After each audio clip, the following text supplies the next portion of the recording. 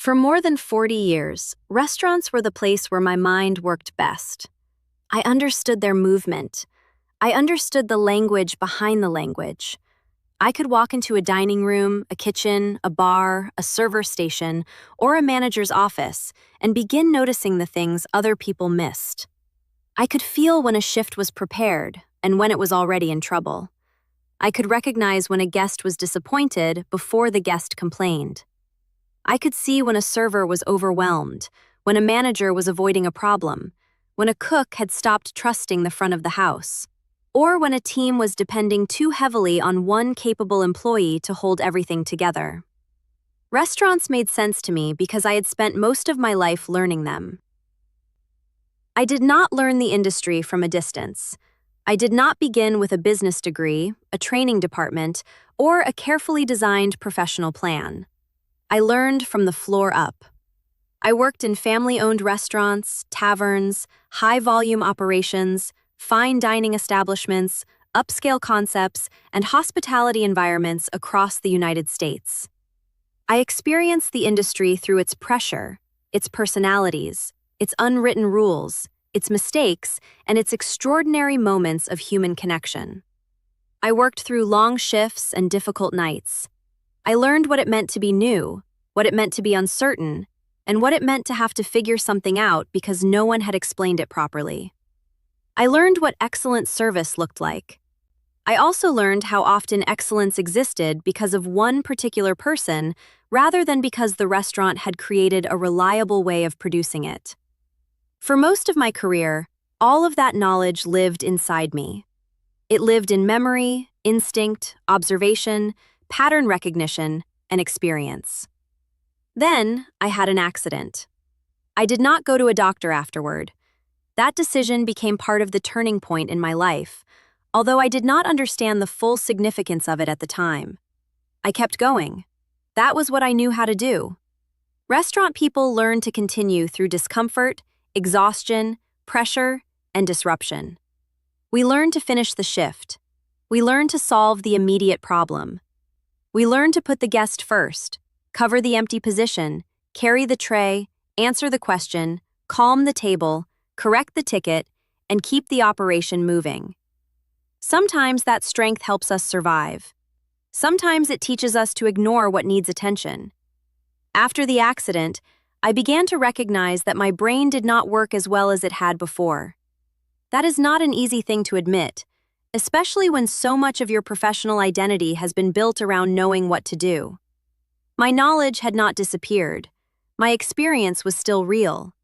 The decades I had spent inside restaurants were still part of me, but reaching for information, arranging it, holding on to it, and trusting that I would remember everything in the moment no longer felt the same.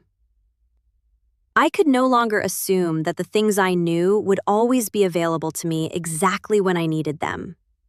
That realization was frightening. It was also clarifying. I began to understand that the restaurant industry often operates in the same dangerous way. Restaurants assume that knowledge will simply be there. They assume the experienced server will remember what needs to happen. They assume the chef will catch the problem. They assume the manager will recognize the warning signs. They assume the trainer will cover the important information. They assume the new employee will learn by watching. They assume the best people will continue carrying the operation. They assume knowledge will remain available because someone on the team happens to possess it. That is not a system.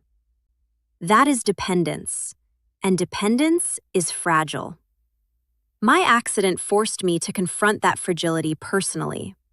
It made me ask questions I might never have asked with the same urgency before.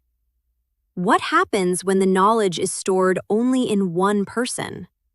What happens when that person is unavailable? What happens when memory changes? What happens when the strongest employee leaves? What happens when an experienced manager retires? What happens when the person who knows how everything works is no longer standing in the building? What happens when 40 years of lessons remain undocumented? What happens when a restaurant's standards exist only as habits, opinions, and stories passed from one employee to another? What happens when the next generation has to learn through the same unnecessary confusion?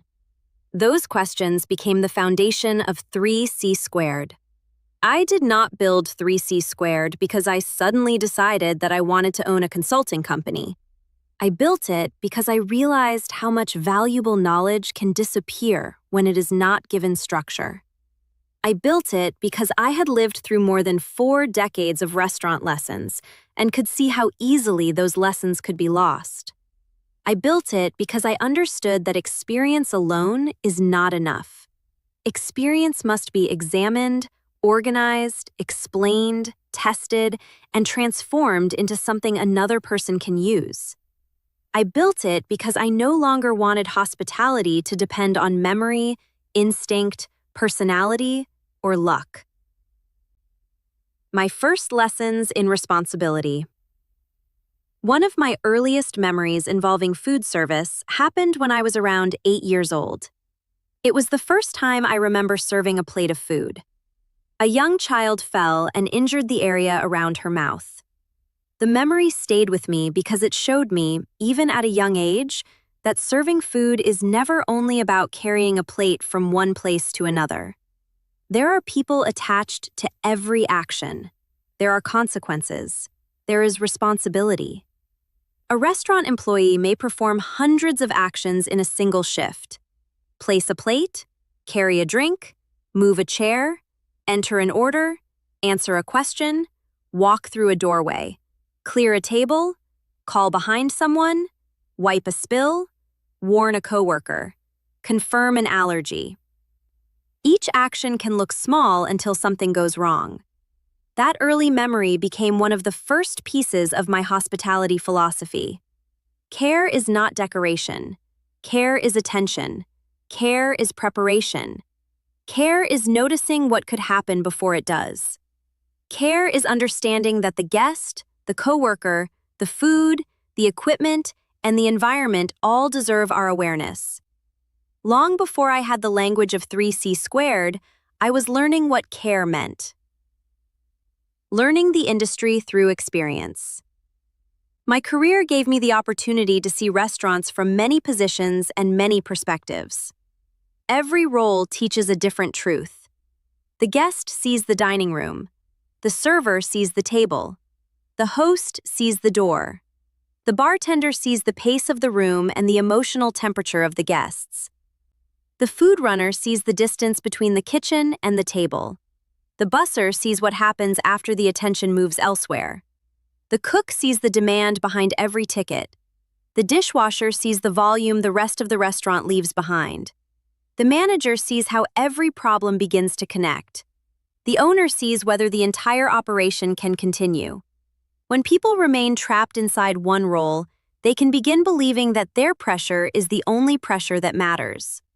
Front-of-house employees may think the kitchen does not understand the guest. Back-of-house employees may think servers do not understand production. Managers may think employees resist accountability.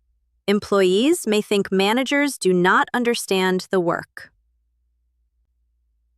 Most restaurant conflict is not caused by people having no information. It is caused by people having only part of the information. Working across the industry taught me to see those parts together. It also taught me how rarely restaurants make that understanding part of formal training. Employees are often shown tasks without being shown relationships. They learn what to do, but not who depends on it. They learn how to enter an order, but not how unclear modifiers affect a cook during the busiest point of service. They learn how to plate a dish, but not how the final presentation affects the server's ability to build trust with a guest. They learn how to seat a table, but not how the timing of that seating affects the kitchen, the server, the bar, and every guest already waiting. They learn individual responsibilities without understanding the entire hospitality system. That gap became another reason I built 3C Squared.